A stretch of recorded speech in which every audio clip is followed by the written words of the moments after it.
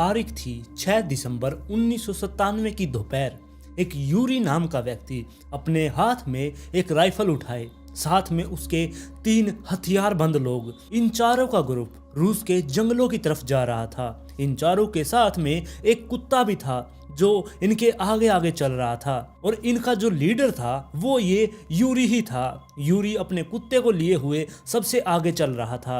ये एक ex military man था, साथ में ये एक वेट लिफ्टर भी था, यानी कि ये बहुत ही ज़्यादा ताकतवर इंसान था। साथ में ये एक बहुत अच्छा शिकारी भी था। ये जंगल में चले जा रहे थे कि तभी ये एक जगह पर पहुंचे जहां पर एक कैबिन बना हुआ था, और इसके बिल्कुल सामने ही एक शेड था जो कि टूट चुका था। यहां पर पहुंचने के बाद इनको पता चला कि ये व्लादिमीर नाम के व्यक्ति का शेड है, जो कि एक शिकारी था और हाल ही में वो लापता हो चुका है, और उसी को ढूंढने के लिए ये ग्रुप यहां पर आया था। अब जैसे ही ये यहाँ पर पहुंचे, इन्होंने देखा कि जो ये शेड है कैबिन के सामने वाला, ये बिल्कुल टूटा हुआ है।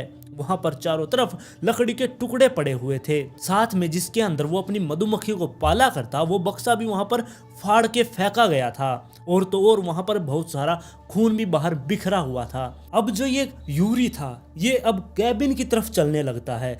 कैबिन के सामने जाके इसने जैसे ही दरवाजा खोला, अंदर चारों तरफ बिल्कुल अंधेरा था, क्योंकि ना तो इस कैबिन के अंदर कोई भी खिड़की थी, जिसकी वजह से इसके अंदर बहुत ज्यादा अंधेरा हो रखा था। यूरी को थोड़ा टाइम लगा इस चीज को समझने के लिए कि इस कैबिन के अंदर क्या है। उसने गेट खोलते ही अपनी राइफल अंदर की तरफ तान दी, ताकि कोई अंदर शिकारी वगैरह ना हो, वो उसके ऊपर कुछ हमला वगैरह ना कर दे। लेकिन थोड़ी देर के बाद जैसे ही उसने ध्यान से देखा, अंदर सारी चीजें टूटी हुई पड़ी थी। वहां पर लकड़ी का फर्नीचर सब का सब टूट चुका था, साथ में बहुत सारा खून वहां पर बिखरा हुआ था, और उससे सीधे लगते हुए बाहर की तरफ खून की एक लंबी सी लाइन जंगल की तरफ जा रही थी। अब जो ये यूरी था इसे समझ आ रहा था कि जो ये व्लादिमीर था इसके ऊपर किसी ने हमला किया, और वो अपनी जान बचाने में कामयाब रहा। वो यहाँ से भाग गया होगा और जंगल की तरफ कहीं पर वो चला गया। अब उसे ढूंढने के लिए ये यूरी बाहर की तरफ निकलता है। जैसे ही ये कैबिन से बाहर निकलता है, इसके साथ अचानक एक अजीब सा हादसा हुआ, क्योंकि सबसे पहले तो जो इसका कुत्ता था वो बुरी तरीके से रोने लगा और वहां पर गोल गोल चक्कर काटने लगा। इसके बाद जो पेड़ के ऊपर बहुत सारे कौवे बैठे थे वो उड़कर एकदम से आसमान में कहीं गायब हो गए। और तीसरा, जंगल के अंदर से किसी चीज की गुर्राने की आवाज आई थी। ऐसा लग रहा था कि मानो जंगल दहाड़ रहा है। ये आवाज सुनकर ये बहुत ज्यादा घबरा गया। और जो ये व्लादिमीर था ये आज से 5 दिन पहले यानी कि 1 दिसंबर को इस जंगल में अपने 3 सबसे प्यारे कुत्तों के साथ शिकार के लिए आया था। इसने यहाँ पर एक कैबिन बनाया हुआ था, और इसके सामने ही एक इसका शेड भी था, उसमें ये अपना सामान वगैरह रखा करता। ये अपने परिवार से, अपनी पत्नी से दूर आया था इस जंगल में शिकार करने के लिए, ताकि ये अपने परिवार के लिए कुछ मांस वगैरह ले जाकर उनको खिला सके, और इसीलिए ये इस जंगल में रुका हुआ था। अब जैसे ये जंगल में अपने 3 कुत्तों के साथ रुका हुआ था, ये जंगल में अब पूरा दिन ढूंढ रहा था, इसको कोई भी शिकार नहीं मिल रहा था। 1 दिसंबर को ये जंगल में व्लादिमीर अपने 3 कुत्तों के साथ घूमे जा रहा था कि तभी इसकी नजर एक सुअर पर पड़ी। वो उसके पास गया, उसने देखा कि एक खून में लथपथ सुअर वहां पर मरा हुआ पड़ा है, और उसके अंदर से भाप उठ रही थी, यानी कि ये सुअर अभी ताजा ही मारा गया है। लेकिन व्लादिमीर को यह समझ नहीं आया कि इस सुअर को किसने मारा होगा। या तो किसी जानवर ने इसे मारा है या फिर किसी व्यक्ति ने इसे मारा होगा। इसे ये समझ नहीं पा रहा था कि सुअर को किसने मारा है। लेकिन फिर भी वो अपनी कुल्हाड़ी निकालता है और उस सुअर के अंदर से बहुत सारे 2 मांस के बड़े बड़े टुकड़े निकालकर अपने बैग के अंदर रख लेता है। इसका वैसे तो मन नहीं मान रहा था कि किसी व्यक्ति ने या किसी जानवर ने इसका शिकार किया है और मैं इसके शिकार के अंदर से इसको लेकर जा रहा हूं। लेकिन वो हताश होकर इस चीज को करने के लिए मजबूर था, क्योंकि उसने कई दिनों से शिकार नहीं किया था। इसलिए वो मांस के टुकड़ों को लेकर अपने साथ वहां से अब अपने कैबिन की तरफ जाने लगता है। उसके 3 कुत्ते भी उसके साथ थे और धीरे धीरे अब वो कैबिन की तरफ पहुंचे। कैबिन तक पहुंचते पहुंचते उन्हें रात हो चुकी थी। जैसे ही वो वहां पर पहुंचे वो अपने शेड की तरफ गया। शेड भी उसका खुला हुआ नहीं था, बिल्कुल बंद एक छोटा शेड बनाया गया था। उस शेड का उसने गेट खोला और जो वो मांस लेकर आया था उस मांस के टुकड़ों को उन शेड के अंदर रख के बाहर से गेट बंद करके और ताला लगा दिया। जिसके बाद अब वो अपने कैबिन की तरफ जाने लगा। जैसे ही वो कैबिन की तरफ जा रहा था उसे एकदम से ये एहसास हुआ कि जो उसके तीनों कुत्ते थे वो उसके पीछे नहीं आ रहे। वो वापस मुड़ता है, अपने कुत्तों की तरफ देखता है, लेकिन कुत्ते जो थे वो जो शेड के अंदर अपना मांस का टुकड़ा रख के आया था उसके अगली साइड जंगल की तरफ वो तीनों कुत्ते देखे जा रहे थे। पता नहीं उन्हें वहां पर क्या दिखाई दे रहा था, व्लादिमीर यही सोच रहा था। जिसके बाद उसने अपनी टॉर्च निकाली और जंगल की तरफ मारना शुरू कर दिया, लेकिन जंगल में सिर्फ काले घने पेड़ ही दिखाई दे रहे थे और कुछ भी वहां पर था ही नहीं।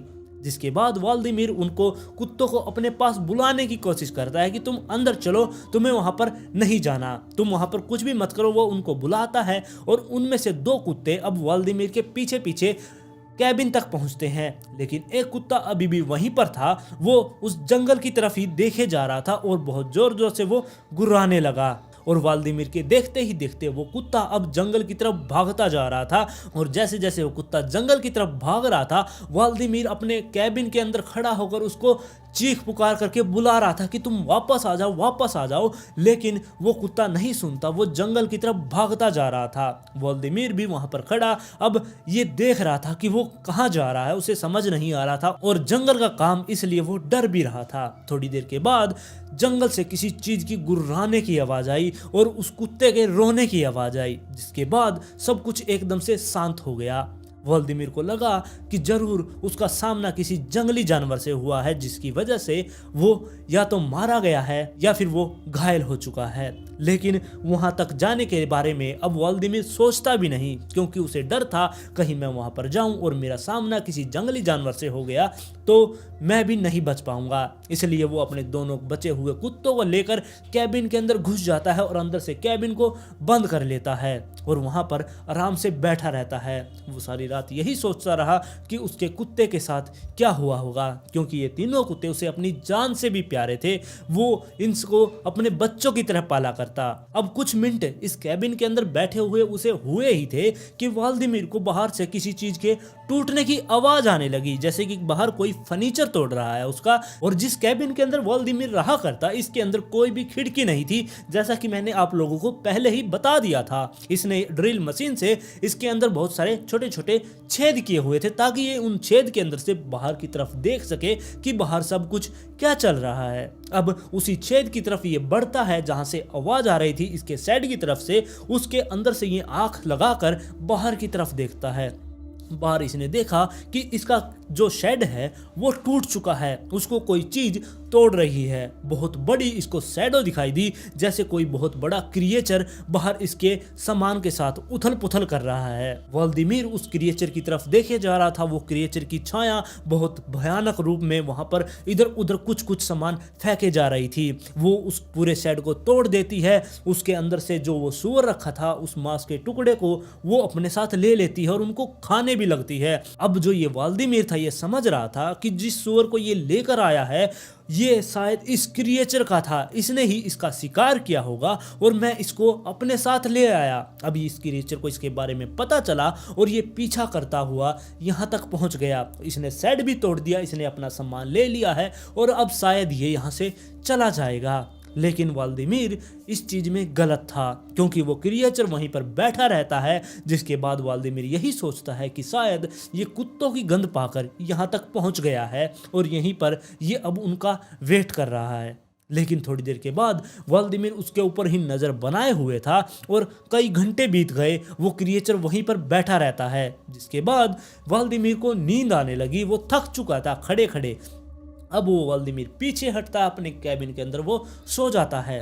कुछ घंटों के बाद उसकी आंख खुली। अब वो उठता है, दोबारा से उसी शेड की तरफ जाकर देखने लगता है कि बाहर क्या है। बाहर कुछ भी नहीं था, बिल्कुल शांति थी। अब वो वापस से पीछे हटता है और दूसरी साइड में राइट साइड में जाता है, वहां पर भी छेद किए गए थे। उस साइड से वो बाहर की तरफ देखता है, लेकिन उस साइड भी उसे कुछ भी दिखाई नहीं देता, सिर्फ काला जंगल दिखाई देता है। अब इस साइड में आता है यानी कि लेफ्ट साइड में, वहां पर भी उसे कुछ दिखाई नहीं दिया। इसके बाद व्लादिमीर पीछे की साइड जाकर अब उस छेद से बाहर की तरफ देखने लगता है कि पीछे क्या है, लेकिन बाहर बिल्कुल सन्नाटा था, वहां कुछ भी नहीं था कि तभी बहुत जोर का धक्का उस दीवार को लगता है जिस छेद से जो व्लादिमीर बाहर की तरफ देख रहा था। ये देखते ही वो एकदम से हैरान रह गया कि ये सब क्या हुआ उसके साथ, लेकिन वो अपनी आंख बाहर की तरफ गड़ाए रखता है कि तभी उस क्रिएचर की बहुत बड़ी बड़ी पीली आंख उसी छेद से व्लादिमीर की तरफ देखने लगती है। व्लादिमीर उस आंख को देखकर इतना ज्यादा डर गया था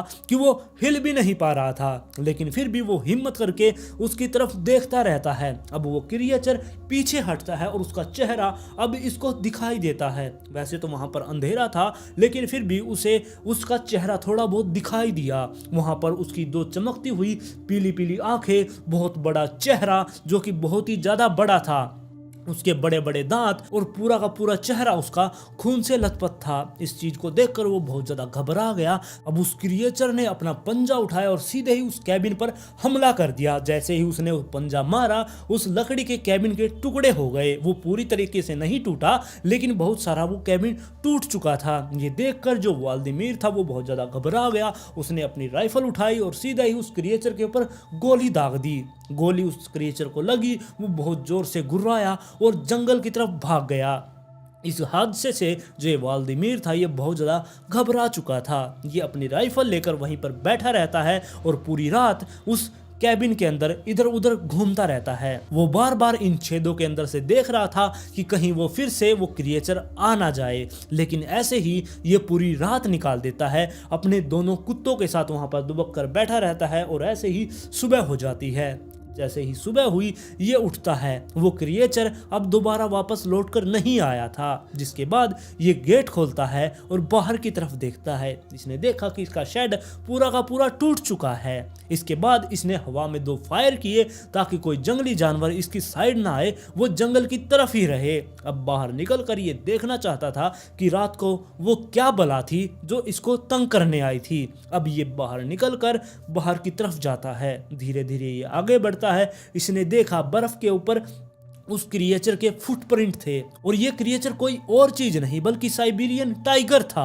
अब व्लादिमीर को समझ आ रहा था कि जो ये साइबेरियन टाइगर था यही इसका पीछा कर रहा था। इसी ने उस सुअर का शिकार किया था और इसे लेकर ये यहाँ पर आ गया। अब ये जो टाइगर था ये अपना शिकार वापस पाने के लिए यहाँ पर आया था। साथ में ये कुत्तों का भी पीछा कर रहा था। लेकिन इतना सब कुछ होने के बाद भी जो ये व्लादिमीर था ये अपने तीसरे कुत्ते के बारे में सोच रहा था जो कि जंगल की तरफ भाग गया था। ये उसके बारे में सोच रहा था कि वो शायद जिंदा होगा और मुझे उसको ढूंढना चाहिए। लेकिन फिर ये सोचता है कि अगर मैं जंगल में गया और इस टाइगर से मेरा सामना हो गया तो मैं अकेला उसका सामना नहीं कर पाऊंगा, इसलिए मुझे बैकअप की जरूरत है। जिसके बाद ये अपना कैबिन बंद करता है, अपने दोनों कुत्तों को लेता है, उनका पट्टे पकड़कर सीधा ही अपने पड़ोसियों के घर की तरफ निकल पड़ता है। तकरीबन 1 घंटा चलने के बाद इसके पड़ोसी का घर आता है और जो इसका पड़ोसी था उसका नाम इवान था। इसने उसका गेट खटखटाया। गेट खोलते ही ये इवान के घर के अंदर एकदम से घुस गया। इसने गेट बंद कर लिया। इवान ये देखकर घबरा गया कि एकदम से ये क्या हुआ है, ये इतना हड़बड़ाया हुआ क्यों है। व्लादिमीर अंदर आया। अब इसने जो इसके साथ पिछली रात को हुआ वो सब कुछ इवान को बताना शुरू कर दिया। ये सब कुछ सुनकर इवान बिल्कुल सन रह गया। वो कुछ भी बोल नहीं पा रहा था, वो बस इसकी बातें सुन रहा था। जिसके बाद व्लादिमीर ने कहा कि क्या तुम मेरे साथ मेरे तीसरे कुत्ते को ढूंढने के लिए जंगल में चलोगे। तब इवान ने यही कहा कि मैं तुम्हारे साथ नहीं चल सकता और जो ये टाइगर है इसने तुमको चुन लिया है, ये तुम्हारा पीछा करेगा और तुम्हें जरूर मारेगा। इसलिए मैं तुम्हें यही कहूंगा कि तुम जितना दूर हो सको इस टाइगर से उतना दूर यहाँ से चले जाओ। और जो ये व्लादिमीर था ये समझ चुका था कि इवान इसको बिल्कुल साफ साफ मना कर रहा है, वो उसके साथ नहीं जाएगा। अब जो ये व्लादिमीर था ये इवान के घर से बाहर निकलता है। जैसे ये बाहर निकला ये कुत्तों के पट्टे पकड़ता उससे पहले ही एक कुत्ता भागकर जंगल की तरफ जाने लगा।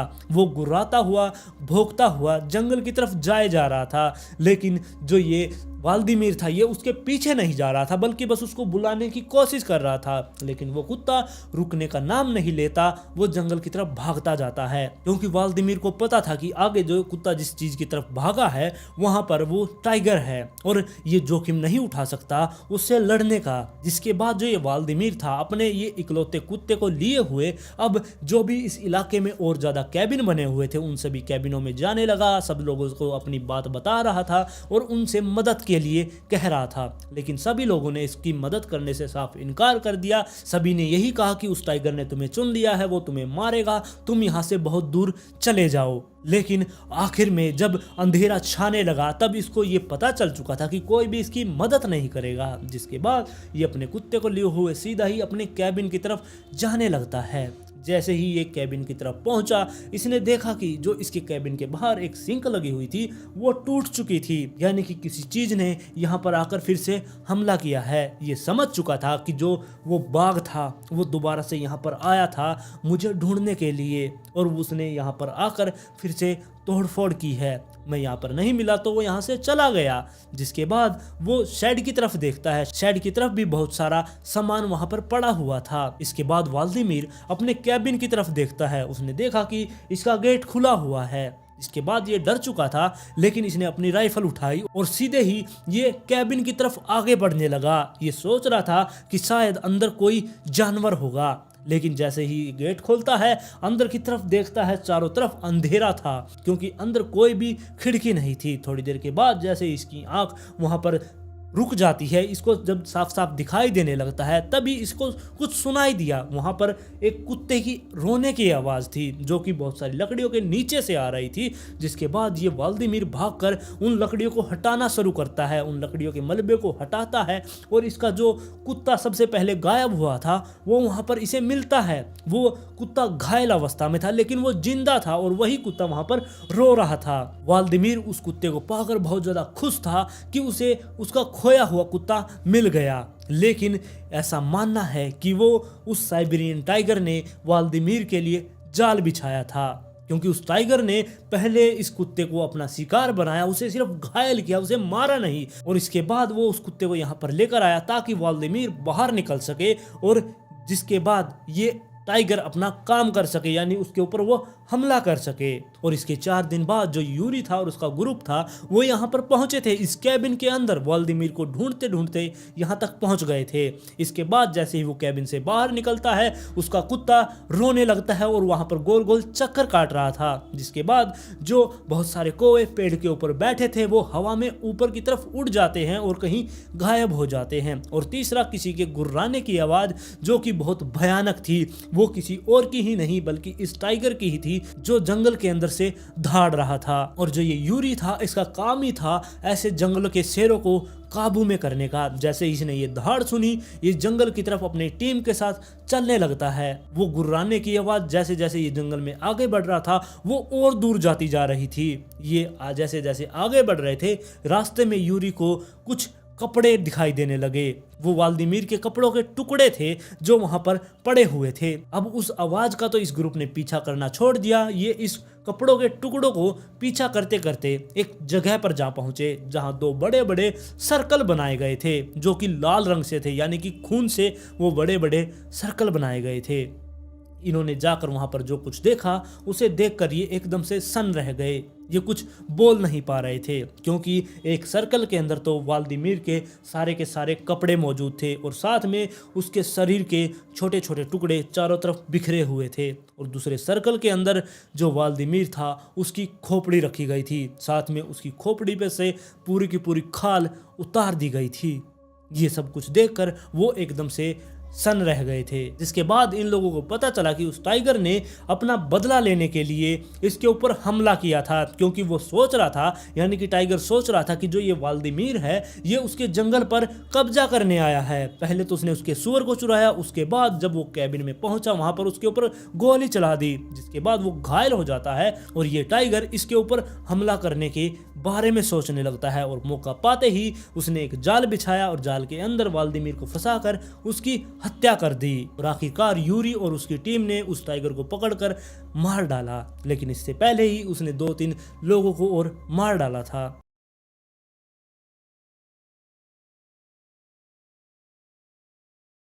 13 नवंबर 2016 के दिन मिनेसोटा शहर के अंदर एक गाड़ी एक घर के सामने आके रुकती है। उस गाड़ी के अंदर से एक 8 साल का बच्चा उतरता है जो कि भागता हुआ अपने घर की तरफ मतलब कि घर के अंदर जा रहा था। ये लड़का अपने पिता स्टीवन के साथ बाहर घूम कर आया था। ये उनके साथ डिनर करने के लिए बाहर गया हुआ था और उसने बहुत ज़्यादा मस्ती की थी। अब इन सब के बारे में वो अपनी माँ एमी को बताने के लिए घर की तरफ दौड़ता हुआ जा रहा था। जैसे ही वो घर के अंदर पहुंचा, जितनी तेज़ी से वो घर के अंदर गया था उतनी ही तेज़ी से वो बाहर भी आता है। वो जैसे ही बाहर आ रहा था उसका चेहरा बहुत ही ज़्यादा घबराया हुआ था। वो बिल्कुल पीला पड़ चुका था, उसकी आंखों में डर था, मुंह खुला का खुला था, पूरा का पूरा वो पसीने में तरबतर था। उसको कुछ समझ नहीं आ रहा था, वो कुछ बोल नहीं पा रहा था। जिसके बाद वो भागता हुआ बाहर की तरफ आता है। उसने अपने पिता स्टीवन को देखा जो कि गैरेज में गाड़ी को पार्क कर रहे थे। वो उनके पास जाता है, वो उनसे कुछ बोलता नहीं बल्कि वहाँ पर खड़ा होकर रोने लगता है। अपने बेटे को रोता हुआ देखकर स्टीवन उसके पास आता है। जिसके बाद उसने उससे पूछा कि तुम्हें क्या हुआ।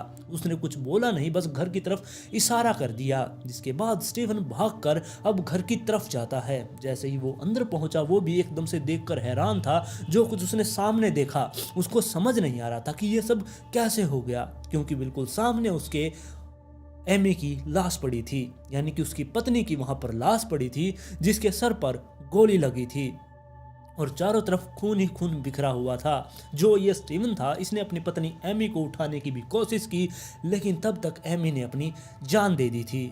जिसके बाद इसने अब पुलिस के पास फ़ोन किया। पुलिस वाले 7 बजे तक इनके घर पर पहुंच चुके थे। पुलिस वालों ने जैसे ही अंदर देखा माहौल यहाँ पर पूरा का पूरा खून में सब कुछ सना हुआ था। एमी चारों तरफ से खून में लथपथ थी, उसके सर पर गोली लगी हुई थी, उसके साइड में ही 2 खोल गोलियों के पड़े थे, उसके बाएं हाथ में बंदूक भी थी।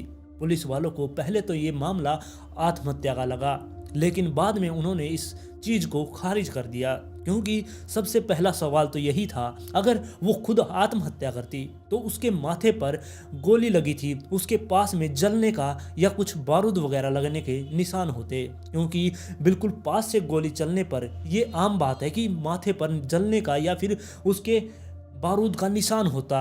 और दूसरी बात, उसके हाथों पर भी कोई बारूद का निशान ही नहीं था। और तीसरी बात, उसके बाएं हाथ में बंदूक थी, बल्कि जो ये एमी थी ये राइट हैंड से ही अपना सब काम किया करती, जिसकी वजह से पुलिस वालों को अब यहाँ पर कुछ गड़बड़ लग रही थी। और इसके बाद पुलिस वालों ने अब अपनी जांच शुरू कर दी थी। तभी उन्होंने पाया कि उनके घर के अंदर 9 बड़े बड़े खून के धब्बे थे, जिनको जल्दबाजी में वहाँ से साफ कर दिया गया है। वो इतनी सफाई से साफ किए गए थे कि फोरेंसिक वालों को वहाँ से कोई भी सबूत नहीं मिला, वो खून का कोई भी नमूना नहीं उठा सके ताकि उसका सैंपल उठाकर वो उसकी जाँच कर सके। किसी ने बड़ी सफाई से यहाँ पर सफाई की थी।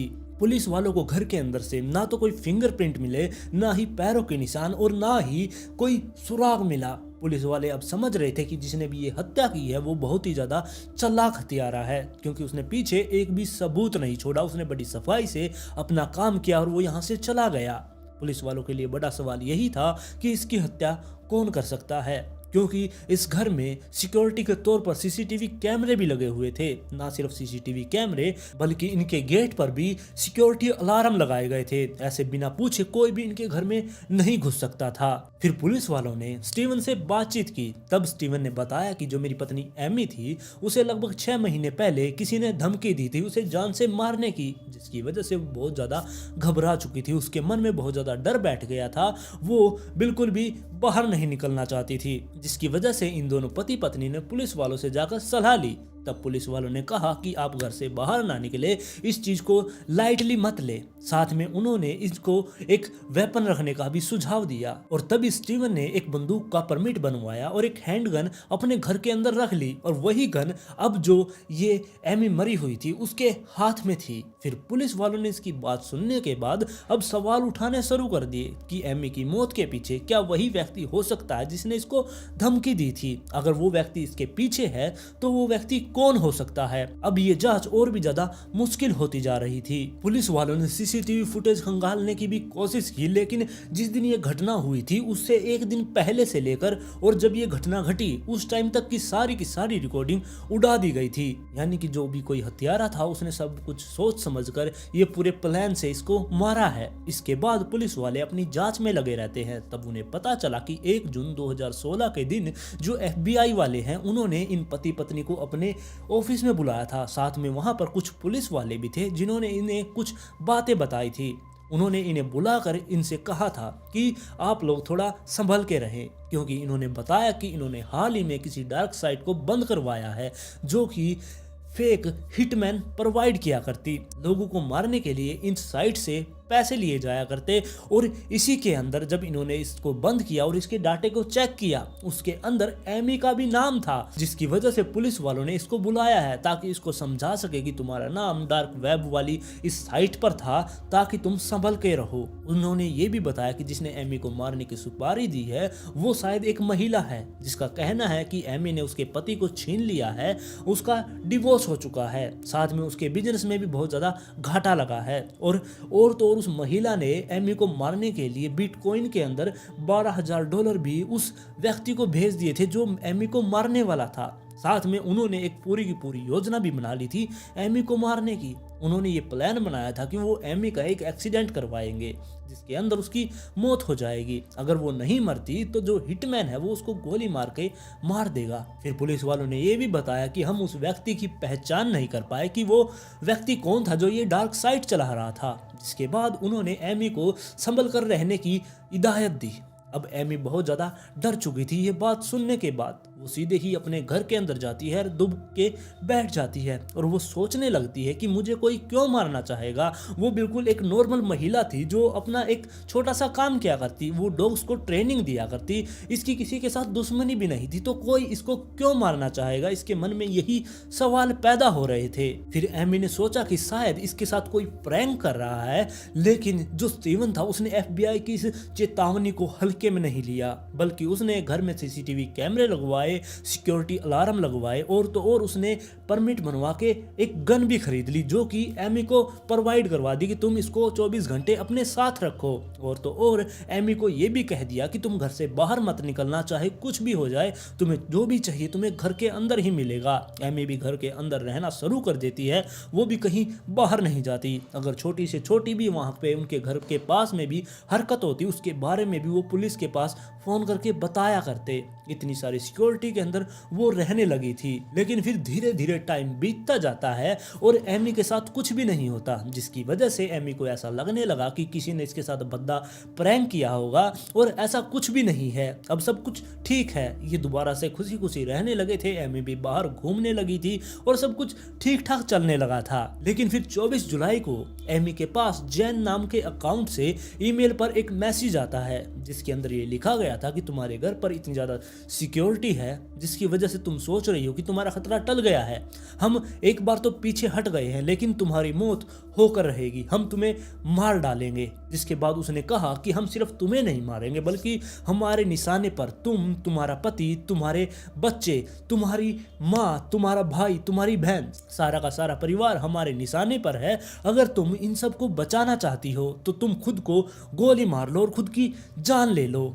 ये बात सुनते ही जो एमी थी वो एकदम से घबरा गई, उसका एकदम से दिमाग खराब हो गया, वो बिल्कुल टेंशन में रहने लगी। एमी को अब समझ नहीं आ रहा था कि वो क्या करे। वो बिल्कुल एक बुरे सपने में फंस कर रह चुकी थी।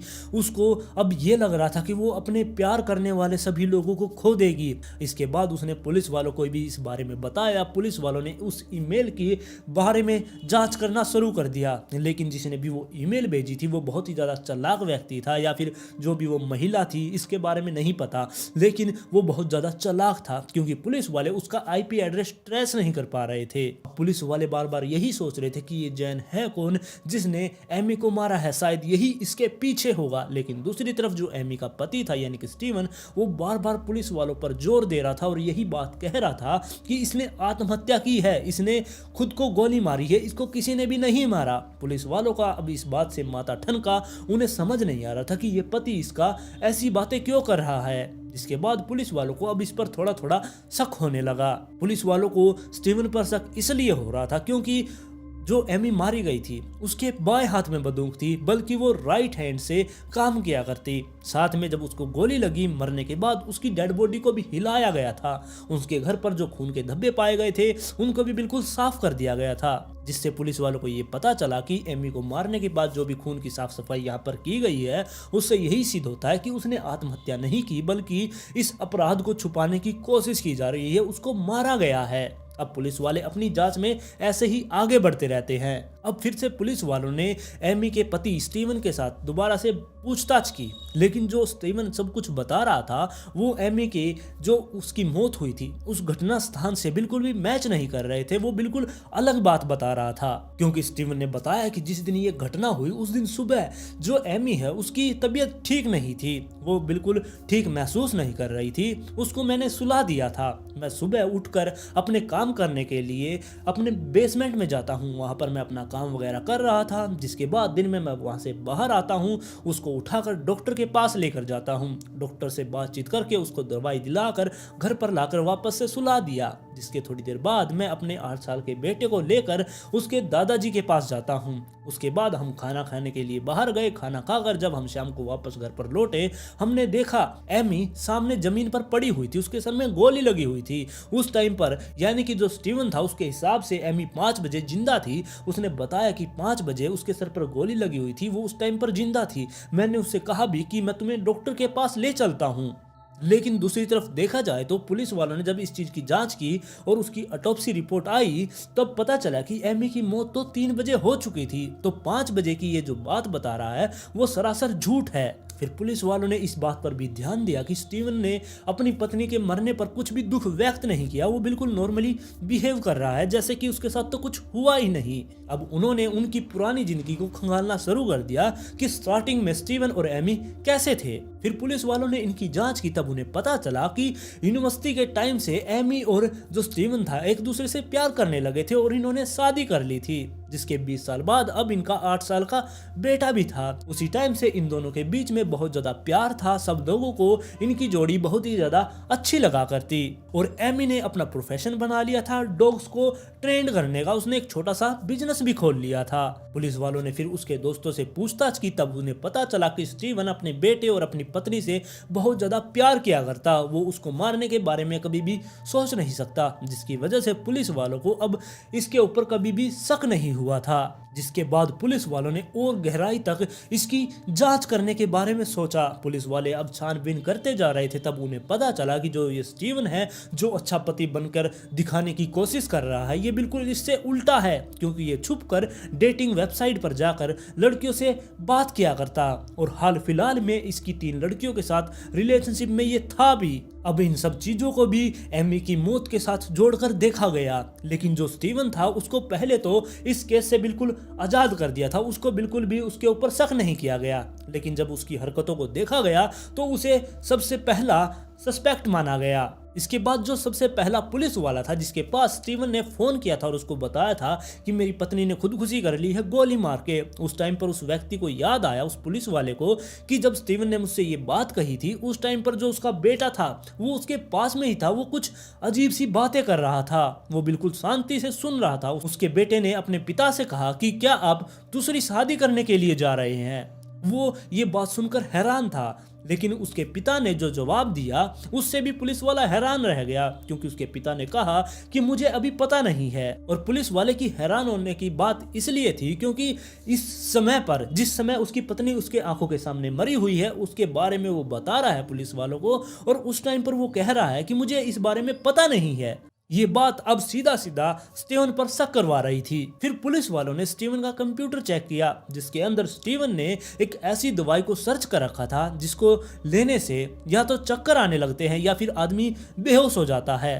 पुलिस वालों ने अब जो एमी मरी थी उसकी रिपोर्ट को चेक किया और उसके शरीर के अंदर वो दवाई पाई गई जो नॉर्मल मात्रा में होती है, उससे 45 गुना ज्यादा मात्रा में वो दवाई एमी के शरीर में मौजूद थी। और साथ में पुलिस वालों को यह भी पता चला कि जो एमी है उसकी अगर मौत हो जाती है तो उसकी इंश्योरेंस पॉलिसी से जो $7 लाख है वो स्टीवन को मिल जाएंगे। फिर पुलिस वालों ने बहुत सारे सबूत इकट्ठे किए और 2017 में जाकर जो स्टीवन था उसे अरेस्ट कर लिया गया। और इसके दूसरी तरफ जो उसके यार दोस्त थे जिनको भी इस बारे में पता चला कि स्टीवन ने अपनी पत्नी को मार दिया है, वो इस चीज से बहुत ज्यादा हैरान थे। उन सबका यही कहना था कि वो ऐसा नहीं कर सकता, वो एक बहुत अच्छा पति है, एक बहुत अच्छा पिता है, उसने ये किया नहीं है, पुलिस वालों से कोई भी गलती हुई होगी। फिर पुलिस वालों ने और ज्यादा जांच की, तब पुलिस वालों को यह भी पता चला कि सबसे पहले स्टीवन ने अपनी पत्नी को मारने के लिए डार्क वेब से एक हिटमैन को पैसे दिए थे। लेकिन जब उस हिटमैन के बारे में उसे पता चला कि ये सब कुछ फेक है, उसको ठगा गया है, जिसके बाद वो अब दूसरी योजना बनाता है। उसने बिल्कुल एक क्लियर योजना बना ली कि वो अपनी पत्नी को ऐसे पेश करेगा उसकी मौत को कि उसने खुदकुशी की है, उसके बारे में ये पता ही नहीं चलेगा कि उसका मर्डर किया गया है। उसने पुलिस को गुमराह करने के लिए ये पूरा प्लान तैयार किया था। वो अपने बेटे को खाने पर बाहर लेकर गया, वहां से आकर उसने सब कुछ ऐसा दिखाया कि सब कुछ उसके बाद में हुआ है। इसके बाद पुलिस वाले उसे ले जाकर अब अदालत में पेश करते हैं। अदालत में उसके खिलाफ सबूत भी सारे के सारे पेश किए गए। उसके खिलाफ जो ये स्टीवन था ये कुछ भी नहीं कहता, वो अपने बचाव में कुछ भी नहीं कहता, वो बिल्कुल चुपचाप वहां पर खड़ा रहता है। और 8 घंटे के बाद बातचीत करने के दौरान उसको हत्या का आरोपी ठहराया गया, जिसके बाद इसे आजीवन कारावास की सजा हो गई और इसे कभी भी पैरोल नहीं मिलेगी और आज तक भी ये जेल के अंदर ही मौजूद है। और आज की स्टोरी में बस इतना ही। आप लोग इस कहानी के बारे में अपनी राय मुझे कमेंट में जरूर दें। अगर आप इस चैनल पर पहली बार आए हैं तो चैनल को सब्सक्राइब कर ले, वीडियो पसंद आई तो लाइक एंड शेयर जरूर करें और जल्द ही मिलते हैं ऐसे ही एक और इंटरेस्टिंग केस के साथ।